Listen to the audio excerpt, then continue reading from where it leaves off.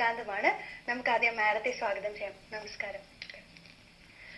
Madam ഒരു corporate ഫീൽഡിലാണ് work ചെയ്യുന്നത് as A banker. അപ്പോൾ ഈ ഒരു തിരക്ക് പിടിച്ച ഒരു സമയത്തിനിടയിൽ എങ്ങനെയാണ് ഈ സാഹിത്യ ലോകത്തിലേക്ക് കടന്നു വന്നത്? ഇതിനായിട്ടുള്ള ഒരു സ്ട്രെസ് റിലീഫ് എന്നുള്ള രീതിയിൽ ഇത് സ്വയം കണ്ടെത്തിയ ഒരു വഴിയാണോ അത് പണ്ട് തൊട്ടേ സാഹിത്യം എഴുതി തുടങ്ങിയത്? അല്ല, എഴുതുന്നത് പണ്ടേ തൊട്ടുള്ള ഒരു ഇതാണ്. പഠിക്കുന്ന കാലത്ത് തൊട്ട് തന്നെ എഴുതി തുടങ്ങിയിട്ടുണ്ട്. അപ്പോൾ രണ്ടും ഒരുമിച്ച് കൊണ്ട് നടക്കുന്ന ഒരു കാര്യമാണ്. രണ്ടും ഒന്നൊരു പ്രൊഫഷനാണ്, ഒരു പാരലൽ ലൈഫാണെന്ന് പറയാം. പിന്നെ സ്ട്രെസ് റിലീഫ് അല്ല, എഴുതുന്നത് തന്നെ ഒരു ക്രിയേറ്റീവ് ടെൻഷൻ ഉണ്ടാക്കുന്ന ഒരു കാര്യമാണ്. പക്ഷെ ഒരു പ്ലഷറബിൾ ടെൻഷൻ എന്ന് വേണമെങ്കിൽ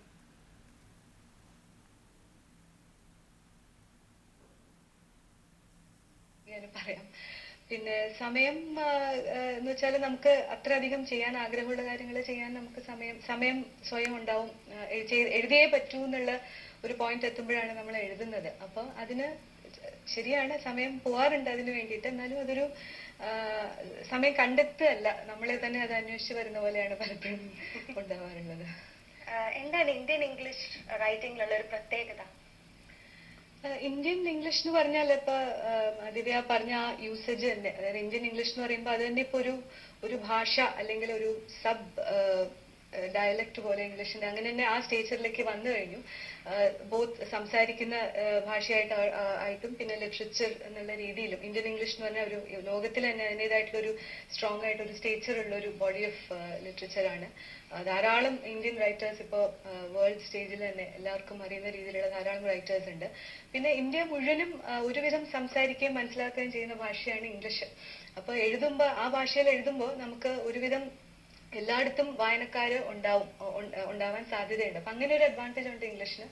ഒരു ആക്സസിബിൾ ലാംഗ്വേജ് ആണ് എന്ന് വെച്ചിട്ട് അത് വെർനാക്കുലർ മറ്റു ഭാഷകളും ആയിട്ട് കമ്പീറ്റ് ചെയ്യുന്നുണ്ടാവും കുറച്ച് റീഡർഷിപ്പിന് വേണ്ടിയിട്ട്. എന്നാലും ഒരു ബ്രാഞ്ച് ഓഫ് ഇന്ത്യൻ റൈറ്റിംഗ്, അതും ലോകത്തിനും നമ്മുടെ ഇന്ത്യൻ കഥകൾ, ഇന്ത്യക്കാർ പറയുന്ന കഥകളും ഇന്ത്യയിലെ കഥകളും മനസ്സിലാക്കാനുള്ള ഒരു കുറച്ചുകൂടെ ഒരു ഈസിയർ മീഡിയം കൂടെയാണ് ഇന്ത്യൻ ഇംഗ്ലീഷ് റൈറ്റിംഗ്. ട്രാൻസ്ലേഷൻസ് ഉണ്ട്, അതുകൊണ്ട് അതിന്റെ ഒപ്പം തന്നെ ഇന്ത്യൻ ഇംഗ്ലീഷ് കൂടുതൽ ഒരു വേൾഡ് സ്റ്റേജിലേക്ക് ഇന്ത്യൻ ലിറ്ററേച്ചറിനെ കൊണ്ട് എത്തിക്കുന്നുണ്ട്.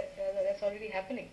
അപ്പൊ അങ്ങനെ ഒരു ഇന്ത്യൻ ഇംഗ്ലീഷ് റൈറ്റിംഗ് ആയിട്ടും വളരെ സ്ട്രോങ് ആയിട്ടുള്ള ഒരു ബോഡി ഓഫ് വർക്ക് ആയിട്ട് വരുന്നത്. അപ്പൊ അതില് ഞങ്ങളൊക്കെ അതിൽ പെടുന്നു എന്ന് വിശ്വസിക്കുന്നു.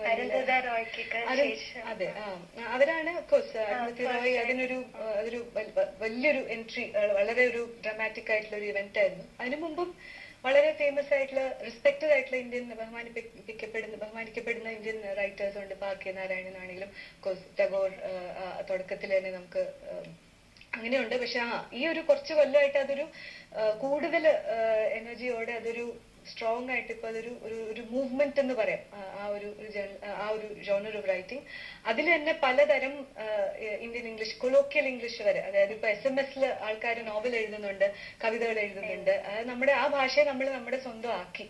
പിന്നെ ധാരാളം വെർനാക്കുലർ, അതായത് മറ്റ് മാതൃഭാഷകളിൽ നിന്നുള്ളവർ എഴുതുമ്പോൾ അവരുടെ ഭാഷയിലത്തെ വാക്കുകളും ഇതിൽ ഫ്രീ ആയിട്ട് ഉപയോഗിക്കുക. ഇപ്പൊ എന്റെ ബുക്കിൽ തന്നെ ഇപ്പോഴത്തെ ഒരു ട്രെൻഡ് എന്ന് പറഞ്ഞാൽ ഗ്ലോസറി ഇടുന്നില്ല. പണ്ടെന്ന് പറഞ്ഞാൽ നമ്മൾ ഇൻഡെക്സ് ചെയ്യും, ഗ്ലോസറി. അപ്പൊ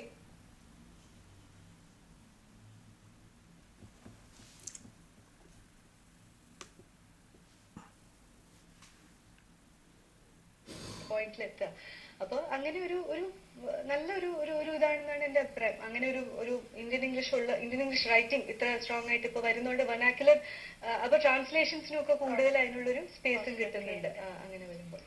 സീയിങ് ദ ഗേൾ എന്ന ഫസ്റ്റ് നോവലുണ്ട്, ശ്രദ്ധേയായ ഒരു എഴുത്തുകാരിയാണ്. അതില് ഒരു 3 പെൺകുട്ടികളുടെ കാര്യമാണ് പറയുന്നത്. ഒരു അമ്മ എന്നുള്ളത്, ജാനകി, ലീല, അങ്ങനെ. അപ്പൊ അതൊരു ഫെമിനിൻ ടൈപ്പ് ഇതാണ്. മാം എങ്ങനെയാണ് അത് എഴുതാനുണ്ടായ പ്രചോദനം എന്താണ്?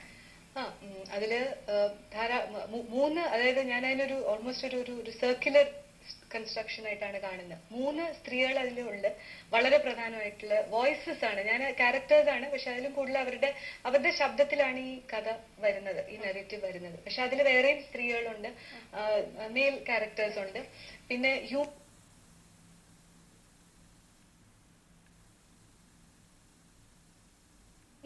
അല്ലാത്ത ക്യാരക്ടേഴ്സും ഉണ്ട്. അതായത് ചുറ്റുപാടുകൾ, എൻവയറൺമെന്റ് തന്നെ, നേച്ചർ, പ്രകൃതി. പിന്നെ ഇപ്പൊ അവര് താമസിക്കുന്ന ഒരു വീട് പോലും ആ കഥയിലേക്ക് ഒരു ക്യാരക്ടറായിട്ട്, ഒരു വോയിസ് ആയിട്ട് വരിക.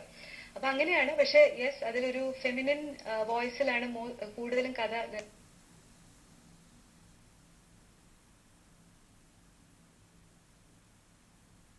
വന്നിരിക്കുന്നത്. അപ്പൊ അങ്ങനെ ഫെമിനിൻ ലാംഗ്വേജ് ആയിരിക്കാം, ഫെമിനിൻ തോട്ട്സ് ആണ്. പിന്നെ സ്ത്രീകളുടെ ഉള്ളിൽ നടക്കുന്ന ഒരു ഇന്നർ ലൈഫ് അതൊക്കെ വരുന്നതുകൊണ്ട് അതിനൊരു ഫെമിനിൻ ടച്ച് ഉണ്ടാവും. അത് ആ നെറേറ്റീവിന്റെ ഒരു പ്രത്യേകതയാണ്. അങ്ങനെ ഉദ്ദേശിച്ചിട്ട് എഴുതിയതല്ല, അങ്ങനെ വന്നു പോയാണ്. എന്നാലും അതിൽ മെയിൽ ക്യാരക്ടേഴ്സിനും ഒരു വോയിസ് ഉണ്ട്. അതിൽ പല കാര്യങ്ങളും അവര് കാരണം ചില കാര്യങ്ങൾ സംഭവിക്കുന്നുണ്ട് അങ്ങോട്ടും ഇങ്ങോട്ടും. പക്ഷെ ഒരു അമ്മയും 2 പെൺമക്കളുമാണ് അതില് മെയിൻ ആയിട്ട് എല്ലാവർക്കും പ്രോമിനൻസ് അതിന്റെ ഒരു കവർ പേജ് കണ്ടപ്പോ എനിക്കൊരു പ്രത്യേകത തോന്നി. അതിലൊരു പെയിന്റിംഗ് ആണ്. സാധാരണ അങ്ങനെ ഒരു എന്താണ് അങ്ങനെ ഒന്ന് സെലക്ട് ചെയ്തത്? അല്ല, അത് സാധാരണ ഇപ്പൊ പല ബുക്സിന്റെ പ്രത്യേകിച്ച് ഇന്ത്യൻ ഇംഗ്ലീഷ് റൈറ്റിംഗ് ഒക്കെ നോക്കുകയാണെങ്കിൽ വളരെ മോഡേൺ ടച്ചുള്ള കവേഴ്സ് ആണ് ഡിജിറ്റലായിട്ട് ചെയ്യുന്നതും ഫോട്ടോഗ്രാഫിയും പലതും ഒക്കെ യൂസ് ചെയ്തിട്ട് സാധാരണ. അപ്പൊ എനിക്ക് ഇത് വന്നപ്പം ഈ കഥ കേട്ടിട്ട്, കഥയുടെ ഒരു ഇത് കേട്ടിട്ട് ജസ്റ്റ് പോലെ കേട്ടിട്ട് ഒരു ആർട്ടിസ്റ്റ് അദ്ദേഹം തന്നെ ഇങ്ങനെ ചെയ്താലോ എന്ന് ഞങ്ങൾ തമ്മിലൊരു സംസാരം ഉണ്ടായി. കാരണം ഈ കഥ കുറച്ചൊരു ഈ നരേഷൻ ഒരു വലിയൊരു കണ്ടംപററി ആയിട്ടുള്ള ഒരു നെറേറ്റീവ് അല്ല. അതിൽ ഇപ്പോഴത്തെ കാലഘട്ടമാണേ ഉള്ളൂ, കുറച്ചൊരു ഓൾഡ് ഫാഷൻ ടച്ച് ഉണ്ടെന്നാണ് എനിക്കൊരു ഇത്. അപ്പോ അങ്ങനെ വന്നപ്പോ ഒരു വാട്ടർ കളർ പെയിന്റിങ് അദ്ദേഹം ചെയ്തു. അതിൽ ഇതിന്റെ തീം ക്യാപ്ചർ ചെയ്യുന്ന രീതിയിലുള്ള. അപ്പൊ അത് കണ്ടപ്പോ പബ്ലിഷറിനും മറ്റുമൊക്കെ ഇത് ഇഷ്ടമായി. അപ്പൊ അങ്ങനെ അതാണ് ആ കവർ. അപ്പൊ ആ കവർ അതുകൊണ്ട് ഈ കഥയായിട്ട് വളരെ ക്ലോസ് ആയിട്ട് പോകുന്ന ഒരു കവറാണ് അതിലെന്നാണ് എനിക്ക് തോന്നുന്നത്. ഇതൊരു ഷോർട്ട് സ്റ്റോറി ആയിട്ടാണ് വിചാരിച്ചിരുന്നത്, പിന്നെ അതൊരു നോവൽ ആവുകയായിരുന്നു. അതെന്താണ് അങ്ങനെ? അല്ല, ഷോർട്ട് സ്റ്റോറിയാണ്, ചെറുകഥയായിട്ടാണ് അത് എഴുതിയിരുന്നത്. ആദ്യം വളരെ ചെറിയൊരു കഥയായിട്ട്. ഞാൻ ആ കാലത്ത് ധാരാളം കവിതകളും പിന്നെ ചെറിയ കഥകളുമാണ് എഴുതിക്കൊണ്ടിരുന്നത്.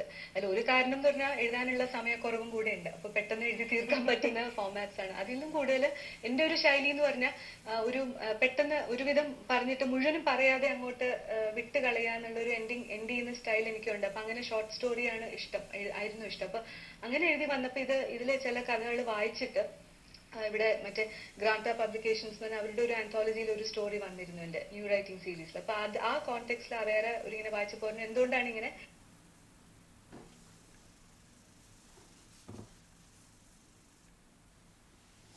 നിർത്തിക്കളയുന്നത്. ഇതിൽ പലതും ഞങ്ങൾക്ക് വായിക്കുമ്പോൾ തോന്നും ഈ കഥ തുടരുന്നുണ്ട്, ഈ ക്യാരക്ടേഴ്സിന്റെ ലൈഫ് പിന്നെ മുമ്പോട്ട് പോകുന്നുണ്ട്, പലതും സംഭവിക്കുന്നുണ്ട്. അപ്പൊ ഒരു നോവലിനെ പറ്റി ചിന്തിച്ചൂടെ? അങ്ങനെ ഞാനിതെടുത്ത് എന്താവും എനിക്ക് തന്നെ അറിയാൻ വേണ്ടിയിട്ട് ഞാൻ എഴുതി തുടങ്ങി. അവരുടെ ശബ്ദം ഇങ്ങനെ എന്റെ ഉള്ളിൽ കൂടെ സംസാരിക്കാൻ തുടങ്ങിയ പോലത്തെ ഒരു എക്സ്പീരിയൻസ് ആയിരുന്നു. അത് വന്ന് എഴുതിയപ്പോൾ